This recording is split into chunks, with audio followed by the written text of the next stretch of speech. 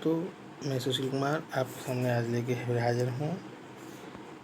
जो है बीएड का जो सेकेंड ईयर के एग्ज़ाम हैं उनका पार्ट 3 यानी पेपर जो सब्जेक्ट जो था वो पेपर कोड है 201 यूनिट 3। पहली यूनिट और दूसरी यूनिट की वीडियो में दे चुका हूँ। ये यूनिट 3 है। तो आइए चलिए शुरू करते हैं। यूनिट का नाम है ज्ञान के प्रसारण के लिए संगठनात्मक वातावरण। तो चलिए आइए शुरू करते हैं। पहला क्वेश्चन है, कौन सी पाठ है सहगामी क्रिया सामाजिक कल्याण संबंधी क्रियाओं का नहीं है। यानी सहगामी क्रियाएं अमदान, समाज सेवा क्लब, निबंध प्रतियोगिता। पाठ सहगामी क्रिया जो है निबंध प्रतियोगिता नहीं है। त्रिभाषा सूत्र प्रस्तुत किया था 1951 में, 1956 में, 1968 में, 1960 में। तो सही ऑप्शन है 1968 में। अगला प्रबंधन का मुख्य तत्व है संगठन, नियंत्रण, नियोजन, उपयुक्त सभी। तो प्रबंधन का ये तीनों ही है, संगठन, नियंत्रण, नियोजन, तीनों ही उपयुक्त सही है। डी सही होगा इसका। लैंग्वेज शब्द की उत्पत्ति हुई है लैटिन भाषा के लैंग्वा शब्द से, लैटिन भाषा के लैंग्वाटिकम से, फ्रेंच भाषा के लैंग्वा से। इनमें से कोई नहीं। तो इसका ऑप्शन है फ्रेंच भाषा के लैंग्वा से। भाषा में त्रिभाषा सूत्र की सिफारिश किस आयोग द्वारा की गई। कोठारी आयोग द्वारा, राधाकृष्ण आयोग द्वारा, माध्यमिक शिक्षा आयोग द्वारा, राष्ट्रीय शिक्षा आयोग द्वारा। तो कोठारी आयोग द्वारा त्रिभाषा सूत्र की सिफारिश की गई। त्रिभाषा सूत्र का मतलब ये था हिंदी, इंग्लिश और एक क्षेत्रीय भाषा, संस्कृत, उर्दू, तमिल, तेलुगु, मराठी, इनमें से कोई एक। ठीक है। तो त्रिभाषा सूत्र का मतलब था हिंदी, इंग्लिश और एक ऑप्शनल भाषा, क्षेत्रीय भाषा जिसे कहते हैं, त्रिभाषी सूत्र।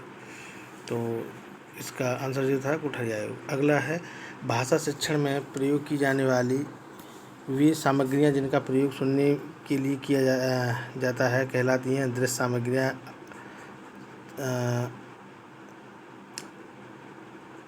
अब्र सामग्रियां नहीं, श्रव्य सामग्रियां या दृश्य श्रव्य सामग्रियां, स्पीकर सामग्रियां।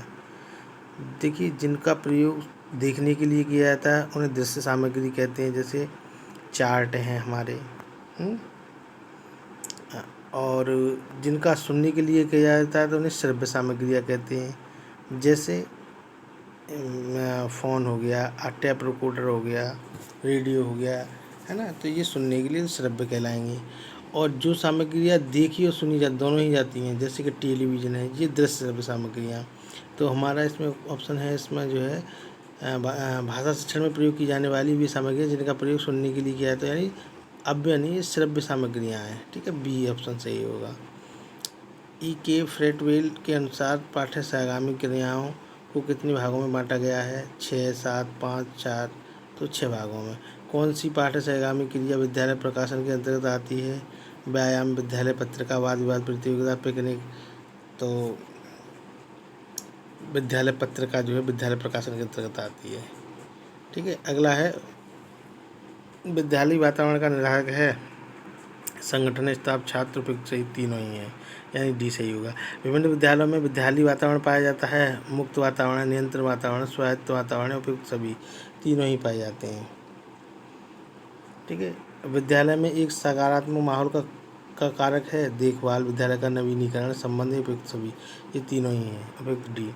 सकारात्मक विद्यालय वातावरण की विशेषता है उत्पीड़न मुक्त वातावरण, स्वयं को सुरक्षित अनुभव करना, अपनी बात करने की पूरी स्वतंत्रता, उपयुक्त सभी, ये तीनों ही चीज़ें हैं। सकारात्मक विद्यालय वातावरण की विशेषता में उत्पीड़न मुक्त वातावरण, यानी बच्चे का कोई उत्पीड़न नहीं हो रहा, तो ये भी सही है। स्वयं को सुरक्षित अनुभव करना, यानी विद्यालय में अपने आप को सेफ महसूस करना, ये भी ठीक है। अपनी बात करने की पूरी स्वतंत्रता है, यानी अपने ही विचारों को व्यक्त करने की पूर्ण स्वतंत्रता वहाँ विद्यालय बच्चे को, तो ये उपयुक्त सभी होंगे। अगला है, पाठ सहगामी क्रियाओं के संचालन की बाधा है अंधाधुंधीकरण, समय सारणी में कम स्थान, अध्यापक की रुचि न होना, उपयुक्त सभी। तो टोटली इसमें आंसर होगा उपयुक्त सभी। पाठ सहगामी क्रियाओं का उद्देश्य है बालक के सर्वांगीण विकास में योगदान देना, बालक को अपने अवकाश का सदुपयोग करने के लिए तैयार करना, बालकों में सहयोग एवं सह अस्तित्व की भावना का विकास करना, उपयुक्त सभी। यदि कोई छात्र अकारण ही आपके साथ व्यवहार करे तो आप उसे तत्काल पीट देंगे। ऑप्शन में उसकी शिकायत प्रधानाध्यापक से करेंगे, उसकी शिकायत उसके अभिभावक से करेंगे, ये जानने की कोशिश करेंगे कि छात्र ने ऐसा क्यों किया। ये देखिए पहला ऑप्शन जिसमें दिया है कि उसे तत्काल पीट देंगे, तो पीटेंगे तो बच्चे को मारने की तो है ही नहीं है। उसकी शिकायत प्रधानाध्यापक से शिकायत भी नहीं की जाएगी, उसकी शिकायत उसके अभिभावक से नहीं करेंगे। पहले हम ये जानने का प्रयास करेंगे कि कोशिश करेंगे छात्र ने ऐसा जो बर्ताव किया तो या कार्य किया तो क्यों किया। ठीक है, तो उपयुक्त डी सही होगा। दो बालकों में, अगला क्वेश्चन है, दो बालकों में समान मानसिक योग्यता नहीं होती है, यह कथन उन किन का है? सोरेनसन का, हरलॉक का, क्रू एंड क्रू का, थार्नर का। तो हरलॉक ने कहा था कि दो बालकों में समान मानसिक योग्यता नहीं होती। हरलॉक ने ही जो है किशोरावस्था को तूफान की अवस्था कहा है। ठीक है, तो बी सही होगा इसका। 17 में, छात्रों में चोरी करने की आदत को कैसे दूर किया जा सकता है? बालकों को इनाम देकर, उदाहरण देकर, ताड़ना देकर, सजा देकर। देखिए उदाहरण देकर नहीं किया जा सकता, ताड़ना देकर नहीं किया जा सकता, सजा देकर नहीं किया जा सकता, बालकों को इनाम देकर। बालक छोटी छोटी कार्य करें उनको पुरस्कृत करके। ठीक है ना, इतना भी पुरस्कार नहीं देना जिससे वो लालची हो जाए। अगला है, संवेदना ज्ञान की पहली सीढ़ी है, यह कथन किसका है? मानसिक विकास, यह मानसिक विकास है, शारीरिक विकास है, ध्यान का विकास है, यह भाषा का विकास है। मतलब संवेदना ज्ञान की पहली सीढ़ी यानी मानसिक विकास है। अगला है, विद्यालय में शिक्षण प्रणाली अपनाने का आधार है शिक्षकों का विकास एवं उनका मानसिक स्तर, शिक्षकों का केवल विचार। उपयुक्त दोनों, इनमें से कोई नहीं। तो असही होगा, शिक्षकों का विकास एवं उनका मानसिक स्तर। तर्क, जिज्ञासा तथा निरीक्षण शक्ति का विकास होता है 7 वर्ष की आयु में, 11 वर्ष की आयु में, 9 वर्ष की आयु में, 6 वर्ष की आयु में। तो तर्क शक्ति, जिज्ञासा का, निरीक्षण का शक्ति का विकास होता है 11 वर्ष की आयु में। शिक्षा सबके लिए है संविधान के निम्नलिखित अनुच्छेद में है? अनुच्छेद 45, अनुच्छेद 29, अनुच्छेद 14 व 15, अनुच्छेद 46। कौन से में है? शिक्षा सबके लिए अनुच्छेद 45 में है। ठीक है, शिक्षक की योग्यता एवं आचरण का सबसे अच्छा मूल्यांकन करना उनके प्रधानाचार्य द्वारा, विशेषज्ञ द्वारा, उनके शिष्य द्वारा, समाज के संभ्रांत लोग द्वारा। शिक्षक की योग्यता एवं आचरण का सबसे अच्छा मूल्यांकन, तो शिक्षक का जो है आचरण एवं योग्यता का अनुभव क्या होगा? बच्चे ही बता सकते हैं उसका, क्योंकि बच्चे ही उनकी अपनी जिज्ञासाओं से, उनके ज्ञान के द्वारा संतुष्ट होंगे तभी बता सकता है बच्चा। तो उनके शिष्यों द्वारा पता लगता है कि टीचर कैसा है, अच्छा है, व्यवहार में अच्छा है या नहीं है। ठीक है, अगला क्वेश्चन है, इसका सी सही होगा। इसका अगला है, जनरल लेजर किस प्रकार का अभिलेख है? सामान्य, शैक्षिक, वित्तीय, इनमें से कोई नहीं। तो लेजर जो होता है वो वित्तीय होता है, कॉमर्स में यूज होता है, ये वित्तीय, तो वित्तीय है। शिक्षा परम धन है क्योंकि इसे कोई चुरा नहीं सकता है, जिसे जितना बांटा जाएगा उतना ही यह बढ़ेगा, इसे कोई छीन नहीं सकता। उपयुक्त सभी, तो देखिए उपयुक्त सही आएगा, क्योंकि शिक्षा ऐसा धन है कि इसे कोई चुरा भी नहीं सकता, इसे कोई बांटोगे तो उतना ही तो ज्ञान बढ़ेगा, इसे कोई छीन भी नहीं सकता। अगला है, आपके विचारों में शिक्षा तभी सार्थक होगी जब पाठ्यक्रम केंद्रित हो, छात्र केंद्रित हो, समाज केंद्रित हो, रोजगार केंद्रित हो। तो आपके विचार में शिक्षा तभी सार्थक होगी जब छात्र केंद्रित हो। ठीक है ना, तो ऑप्शन होगा बी। आपके विचार में प्राइमरी शिक्षा निःशुल्क करने से साक्षरता बढ़ेगी, अध्यापक इसे गंभीरता से नहीं लेंगे, स्कूलों में शिक्षा स्तर गिरेगा, उपयुक्त सभी नहीं, साक्षरता बढ़ेगी निःशुल्क करने से। पाठ सहगामी क्रिया आधारित हैं, क्रिया के सिद्धांत पर, रुचि के सिद्धांत पर, नियोजन के सिद्धांत पर, उपयुक्त सभी के पे। क्रिया के सिद्धांत पर, रुचि के पे और नियोजन के पे। निम्न में से कौन सा कथन उपयुक्त नहीं है? शिक्षण एक कला है, शिक्षकों को प्रशिक्षित किया जा सका है, शिक्षक जन्मजात होते हैं, उपयुक्त सभी। सत्य नहीं। देखिए शिक्षक जन्मजात नहीं होते, यानी ये गलत है। शिक्षक एक कला है, शिक्षकों को प्रशिक्षित किया जा सकता है, ये भी सही है। तो ये असत्य पूछ रहा है, कौन सा नहीं है? तो शिक्षक जन्मजात नहीं होते। ठीक है ना, ये बाह्य गुण है। आपके विचार में शिक्षण क्या है? एक कला है, एक कौशल है, एक तपस्या है, एक क्रिया मात्र है। तो एक कौशल है। शिक्षा के प्रचार एवं प्रसार से लोकतंत्र मजबूत होता है, आर्थिक विकास की दर बढ़ती है, अंधविश्वास में कमी आती है। उपयुक्त सभी, तो द उपयुक्त सभी। अच्छा शिक्षण प्रकार है प्रधानाचार्य के अच्छे नेतृत्व का, शिक्षकों की विद्वता को उच्च स्तर का शिक्षण, व्यवसाय के प्रति ईमानदारी और निष्ठा का उच्च शिक्षण, शीघ्रता एवं विधियों का। एक अच्छा अध्यापक वह है जो अपने शिक्षण में प्रवीण हो, अपने विद्यार्थियों से सच्ची लगन रखता हो, सादा जीवन व्यतीत करता हो, मेधावी हो या परिश्रमी हो, तो अपने विषय में प्रवीण हो। एक अच्छा अध्यापक वही है। शिक्षा के चरित्र निर्माण के उद्देश्य में हमें विद्यालय में किस प्रकार की क्रियाओं का संगठन करना होगा? पाठ से आगामी क्रियाओं का, नैतिक व्यवहार का, सामाजिक क्रियाओं का, उपयुक्त सभी। ये तीनों ही प्रकार की क्रियाओं करना होगा, यानी डी सही होगा। आपके विचार में शिक्षा का उद्देश्य होना चाहिए बालकों का सर्वांगीण विकास, शिक्षा ग्रहण करने के बाद नौकरी, छात्रों को साक्षात बनाना, छात्रों की मानसिक योग्यता विकसित करना। देखिए, असली मायने में शिक्षा का कार्य जो है बच्चे का चहुमुखी विकास यानी सर्वांगीण विकास है। उसे एक रोजगार परक भी होना चाहिए, उसके साक्षर भी बनाना है, उसकी मानसिक योग्यता का विकास करना है, ये सभी यानी सर्वांगीण विकास, ये सही होगा इसमें। विद्यालय में किन विषयों को महत्वपूर्ण स्थान प्रदान किया गया है? विज्ञान, प्रौद्योगिकी, इंजीनियरिंग, उपयुक्त सभी, तो सभी को। स्कूलों में पर्यावरण शिक्षा आवश्यक है, छात्रों में पर्यावरण की चेतना जगाने के लिए, पर्यावरणविदों का मनोबल बढ़ाने के लिए, पर्यावरण का ज्ञान देकर छात्रों को विद्वान बनाने के लिए, उपयुक्त सभी। देखिए नहीं, छात्रों में पर्यावरण के प्रति चेतना जगाने के लिए, अवेयरनेस फैलाने के लिए स्कूलों में पर्यावरण शिक्षा की आवश्यकता है, तो ये सही है इसका। अगला, प्रबंधन का मुख्य तत्व है नियोजन, संगठन, नियंत्रण, उपयुक्त सभी, तो सभी हैं, नियुक्त सही। बाल केंद्र शिक्षा को किस दिशा में विकसित किया जा सकता है? योग्यताओं की, अभिरुचियों की, शक्तियों व संवेगों की, उपयुक्त सभी, तो सभी की, डी सही होगा इसमें। अगला, उसने कहा कि विद्यालय समाज का लघु रूप है। रॉस ड्यूबी कामिनी से और ड्यूबी ने कहा कि विद्यालय समाज का लघु रूप है, क्योंकि विभिन्न, देखिए ड्यूबी ने इसलिए कहा क्योंकि विभिन्न परिवारों से, विभिन्न समुदायों से, विभिन्न जाति धर्म के लोग जो है विद्यालय में समाहित बच्चे आते हैं, तो इसीलिए उसने कहा विद्यालय समाज का लघु रूप है। विद्यालय संगठन का उद्देश्य बालकों को समाज के किन हितों की रक्षा करना सिखाना होता है? समाज के आदर्शों का, समाज की मान्यताओं व मूल्यों का, उपयुक्त दोनों का, इनमें से कोई नहीं, तो उपयुक्त दोनों का, यानी समाज के आदर्शों का और समाज की मान्यताओं व मूल्यों का। अगला है, विद्यालयों की क्रियाओं को चलाने में कौन कौन से व्यक्ति मिलकर कार्य करते हैं? शिक्षक, प्रधानाध्यापक, निरीक्षक, उपयुक्त सभी, तो उपयुक्त सभी। किसी संगठन में शैक्षिक पर्यवेक्षण किसके द्वारा किया जाता है? प्रबंधन, प्रधानाचार्य, अध्यापक, इनमें से कोई नहीं, तो प्रधानाचार्य के द्वारा। अगला, विद्यालय प्रशासन के मुख्य प्रमुख कार्य कौन से हैं? विद्यालय व्यवस्था का नियोजन करना, विद्यालय व्यवस्था का संगठन करना, विद्यालय व्यवस्था का समन्वय और संचालन, उपयुक्त सभी, तो उपयुक्त सभी। शिक्षा का उद्देश्य बालकों में समाज का किस प्रकार का सदस्य बनाना होता है? सक्रिय, उपयोगी, कुशल, उपयुक्त सभी। देखिए, शिक्षा का कार्य होता है सक्रिय बनाना भी, व्यक्ति को उपयोगी बनाना भी और कुशल बनाना भी, यानी उपयुक्त सभी, डी का होगा। एस.सी. मैकोन ने अतिरिक्त पाठ्यक्रम क्रियाओं के विकास के कितने स्तर बताए हैं? 2, 3, 4, 5, तो 3 बताए हैं। शैक्षिक नियोजन का तात्पर्य है समूह कार्य, सर्वोत्तम विकल्प, वैज्ञानिक परिवर्तन, तो शैक्षिक नियोजन का, तो उपयुक्त ये सभी हैं। शैक्षिक नियोजन में सामूहिक कार्य भी होता है, सर्वोत्तम विकल्प भी होते हैं और वैज्ञानिक परिवर्तन भी होते हैं। पाठ्यक्रम सहगामी क्रियाओं के अंतर्गत किन क्रियाओं को महत्व दिया जाता है? वाद विवाद,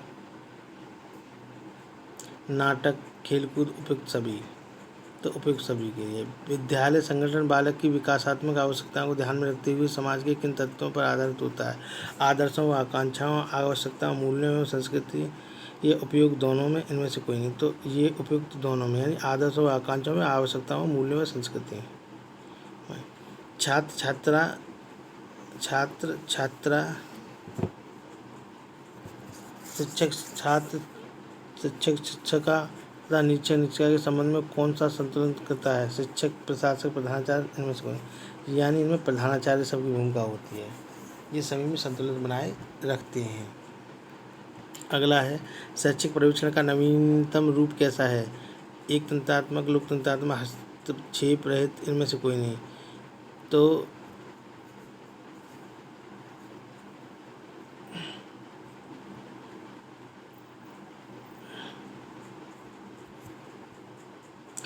इसमें आएगा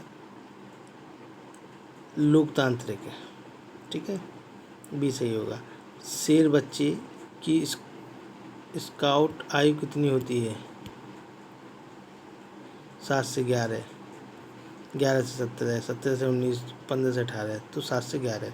लोकतांत्रिक प्रशासन का सिद्धांत है समानता का सिद्धांत, स्वतंत्रता का सिद्धांत, न्याय का सिद्धांत, उपयुक्त सभी, तो उपयुक्त सभी। विद्यालय प्रशासन के अर्थ को किस प्रकार व्यक्त किया जाता है? संकुचित, व्यापक, अवधानो। तो विद्यालय प्रशासन के अर्थ को किस प्रकार व्यक्त किया जा सकता है? संकुचित रूप में भी और व्यापक रूप में, दोनों ही। संकुचित रूप में विद्यालय के अर्थ को स्पष्ट करें तो ये 4 दीवारी में जो है दी जाने वाली शिक्षा, ठीक है ना। व्यापक रूप में कहें तो समाज में है, औपचारिक अनौपचारिक शिक्षा, तो ये जो दोनों ही हैं, सही, सी सही होगा। स्वशासन के बालक में किन गुणों का विकास होता है? स्वयं पर नियंत्रण, अधिकारियों के प्रति विवेक युक्त आदर भाव, अवधानो, इनमें से कोई नहीं। स्वशासन से बालक में किन गुणों का विकास होता है? तो इसमें होगा बालक का स्वशासन से स्वयं पर नियंत्रण। पाठ सहगामी क्रियाओं के मुख्य उद्देश्य क्या हैं? विद्यालय के शैक्षिक कार्यक्रम को उन्नतशील बनाना, छात्रों में स्वशासन उत्पन्न करना, बालकों के सर्वांगीण विकास में योगदान देना, उपयुक्त सभी, तो उपयुक्त सभी। विद्यालय भवन के नमूने किस प्रकार के होते हैं? ENI, LTHU, अ दोनों, इनमें से कोई नहीं। तो अ दोनों तरह के होते हैं, U आकार के हैं, N आकार के, T आकार के, W आकार के, O आकार के, ये सभी प्रकार के नमूने होते हैं। तो अ दोनों है।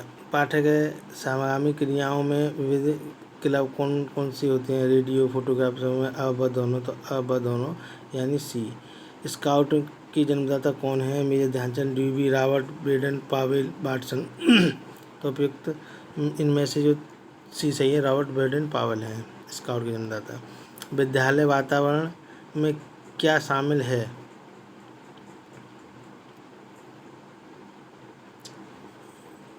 भवन व मैदान, उद्यान, हॉस्टल, उपयुक्त सभी, तो सभी।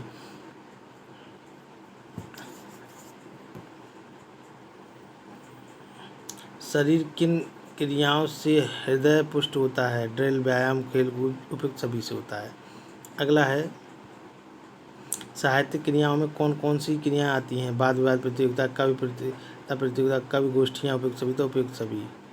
अगला है विद्यालय वातावरण का कौन सा प्रकार विद्यालय के अनुपयुक्त होता है? तो बंद वातावरण, मुक्त वातावरण, स्वायत्त वातावरण, उपयुक्त सभी। संगीत, अगला क्वेश्चन है, इसमें है बंद वातावरण। अगला क्वेश्चन है संगीत संबंधी पाठ्यक्रम सहगामी क्रियाएं कौन सी होती हैं? संगीत क्लब, बैंड क्लब, ऑर्केस्ट्रा, उपयुक्त सभी, तो उपयुक्त सभी होती हैं। निम्न में से विद्यालय में सकारात्मक वातावरण के लिए आवश्यक है? विश्वास, सम्मान, आत्मानुशासन, उपयुक्त सभी, तो आत्मानुशासन है, सी सही होगा। पाठ सहगामी क्रियाओं से बालकों में कौन सी नैतिक गुण विकसित होते हैं? धैर्य, ईमानदारी, सहनशीलता, न्यायप्रियता, उपयुक्त सभी, तो उपयुक्त सभी होगा। उनमें धैर्य व ईमानदारी, सहनशीलता, न्यायप्रियता, ये सभी होते हैं, तो उपयुक्त डी सही होगा। सामुदायिक क्रियाओं में के अंतर्गत क्या क्या आते हैं? शिक्षा सप्ताह, स्वास्थ्य सप्ताह, साक्षरता सप्ताह, उपयुक्त सभी आते हैं। किसने कहा कि ध्यानात्मक शब्दों विचारों की अभिव्यक्ति ही भाषा है? कोच, गांधी, स्वीट, सरोजिनी नायडू, तो क्रोच ने। विद्यालय किस वातावरण से दूर होना चाहिए? नाले, नहर, बड़ी सड़क, उपयुक्त सभी से। प्राचीन भाषा को किस नाम से जाना जाता है? मौखिक भाषा, मूल भाषा, राष्ट्रभाषा, विश्व भाषा, तो मूल भाषा। विद्यालय प्लांट अथवा वातावरण के आवश्यक तत्व हैं? औचित्य व सुरक्षा, समन्वय, निपुणता, सुंदरता व लोचशीलता, उपयुक्त सभी, तो उपयुक्त सभी। भाषा के संबंध में कौन सा कथन सही नहीं है? पाठ्यक्रम का एक विषय, संप्रेषण का एक साधन, बातचीत का एक ढंग, भाषा स्थायी होती है, तो भाषा स्थायी होती है। 160 छात्रों हेतु भवन का क्षेत्रफल कितने एकड़ होना चाहिए? 2/3 एकड़, 3/4 एकड़, 2/5 एकड़, 2/6 एकड़, तो 2/3 एकड़। अगला है प्रयोग की दृष्टि से भाषा के कितने रूप हैं? 2, 4, 5, 7, तो 7 रूप हैं। लैंग्वेज शब्द की उत्पत्ति किस लैटिन शब्द से हुई? तो लैंग्विटम, लैंग्वाटिकम, लैग्वा, इनमें से कोई नहीं, तो लैग्वा से हुई। विदेशी भाषाओं में किन भाषाओं की गणना की गई? जापानी, चीनी, फ्रांसीसी, रूसी, स्पेनिश, अंग्रेजी, उपयुक्त सभी, तो उपयुक्त सभी की। महर्षि दयानंद सरस्वती ने हिंदी को किस प्रकार की भाषा माना? राजभाषा, आर्य भाषा, आत्मभाषा, इनमें से कोई नहीं, तो आर्य भाषा माना। भारत की जितनी भी प्रादेशिक भाषाएं वे किस भाषा से उपजी हैं? संस्कृत, असमिया, बंगाल, कन्नड़, तो संस्कृत से। हिंदी को किस प्रकार की भाषा माना गया? राष्ट्रभाषा, सरकारी भाषा, राजभाषा, ब और स, सरकारी भाषा और राजभाषा दोनों।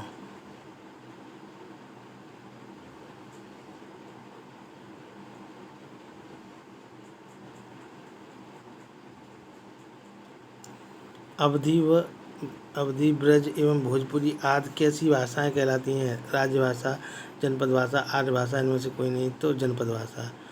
बेलार्ड ने माता भाषा को कितने भागों में विभाजित किया? 2, 4, 5, 3, तो 2 भागों में। चिंतन की योग्यता का भाषा की अन्य योग्यताओं से कैसा संबंध है? उल्टा, सीधा, प्राकृतिक, इनमें से कोई नहीं, तो सीधा। निम्नलिखित में से माँ से ली गई भाषा कहलाती है? राष्ट्रभाषा, मातृभाषा, आर्य भाषा, इनमें से कोई नहीं, तो मातृभाषा कहलाती है। माँ से ली गई तो मातृभाषा। स्वीकृत त्रिभाषा सूत्र के अंतर्गत माध्यमिक शिक्षा के प्रत्येक बालक को कितनी भाषा अनिवार्य रूप से पढ़नी होंगी? 3, 4, 8, 9, तो 3 भाषा पढ़नी होगी। त्रिसूत्री का है, तो असही होगा इसका। हिंदी भाषा की बोलियां कौन सी हैं? ब्रज, अवधी, भोजपुरी, उपयुक्त सभी, ये सभी हैं। हिंदी क्षेत्र में कितनी बोलियां हैं? तो 18, 20, 19, 15, तो 18 हैं। किसके अनुसार भाषा वह व्यापार है जिससे हम वर्णनात्मक या व्यक्ति शब्दों के द्वारा अपने विचारों को प्रकट करते हैं? महर्षि दयानंद, महर्षि पतंजलि, काव्य दर्शन, इनमें से कोई नहीं, तो महर्षि पतंजलि। भारत सरकार ने मंडल द्वारा निर्मित त्रिभाषा सूत्र को कब स्वीकार किया? 1948, 1957, 1958, 1968, तो 1968। भाषा का प्रथम स्वरूप क्या है? मातृभाषा, द्विभाषा, त्रिभाषा, हिंदी भाषा, तो मातृभाषा। संविधान के किस अनुच्छेद के अनुसार हिंदी हमारी राष्ट्रभाषा है? अनुच्छेद 351, अनुच्छेद 343, अनुच्छेद 348, अनुच्छेद 40, तो अनुच्छेद 343 के अनुसार। भारतीय संविधान में हिंदी कौन सा दर्जा दिया गया है? आलंग भाषा, राजभाषा, मातृभाषा, राष्ट्रभाषा, तो राजभाषा का। सीमित क्षेत्र में बोले जाने वाली भाषा को क्या कहते हैं? मातृभाषा, राजभाषा, राष्ट्रीय भाषा, क्षेत्रीय भाषा। क्षेत्रीय भाषा कहते हैं सीमित क्षेत्र में बोली जाने वाली भाषा को। तो विद्यालय में कितनी भाषा पढ़ाई जाती हैं? 4, 3, 2, 1, तो विद्यालय में 3 भाषाएं पढ़ी जाती हैं। त्रिभाषी कार्यक्रम के अंतर्गत है। त्रिसूत्री कार्यक्रम, हिंदी, इंग्लिश, संस्कृत में से कोई एक। किस प्रक्रिया के छात्रों में योग्यता विकास, ज्ञानार्जन का विकास होता है? सस्वर वाचन, गहन अध्ययन, मौन वाचन और व्यक्तिगत वाचन। तो किस प्रक्रिया से छात्रों में योग्यता विकास तथा ज्ञानार्जन का विकास होता है? तो गहन अध्ययन से होता है। ठीक है। सस्वर वाचन, ये तो वाचन के वो हैं। मौन वाचन, व्यक्तिगत वाचन, ये नहीं, भी सही होगा इसका जो है गहन अध्ययन। हिंदी भाषा की लिपि क्या है? रोमन, देवनागरी, अपभ्रंश, इनमें से कोई नहीं, तो देवनागरी है। बच्चों के लिए सबसे आसान भाषा है? राजभाषा, राष्ट्रभाषा, मातृभाषा, इनमें से कोई नहीं, तो मातृभाषा सबसे आसान होती है। सस्वर वाचन को कौन सी अभिव्यक्ति सशक्त होने लगती है? लिखना, पढ़ना, मौखिक, सुनना, तो मौखिक। पशु पक्षियों की ध्वनियाँ किस परिधि में आते हैं? भाषा, पठन, पाठन, श्रव्य, तो भाषा। व्यक्तिगत वाचन के पहले की प्रक्रिया कहलाती है? सस्वर वाचन, सामूहिक वाचन, गहन अध्ययन और मौन वाचन, तो कहलाती है सामूहिक वाचन।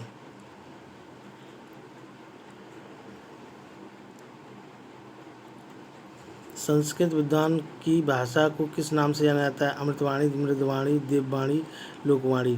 तो संस्कृत विद्वानों को जो है संस्कृत जो है देववाणी के रूप में जानी जाती है।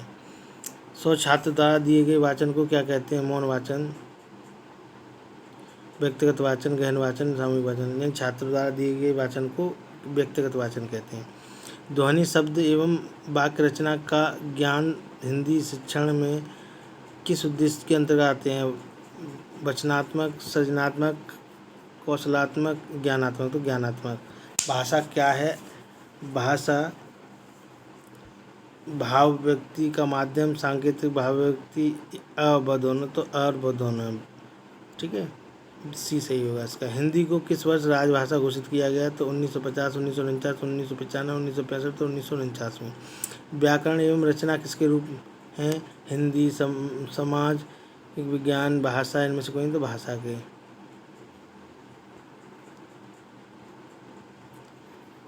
निम्न में से वाचन की विधियाँ कौन सी हैं? स्वरोच्चारण विधि, संयुक्त विधि, कविता विधि, उपयुक्त सभी, तो उपयुक्त सभी। कहानी सुनने वालों में किस गुण का होना आवश्यक है? भाषा पर विचार, अच्छी स्मरण शक्ति, विनोद स्वभाव, उपयुक्त सभी। लेखन कौशल में लेखन अभ्यास कराना कौन सी अवस्था कहलाती है? प्रथम, तृतीय, चतुर्थ, द्वितीय, चतुर्थ। हिंदी में मौखिक या लिखित रचना के अभ्यास से किसका अभ्यास होता है? शब्द रचना का, व्याकरण रचना का, वाक्य रचना का।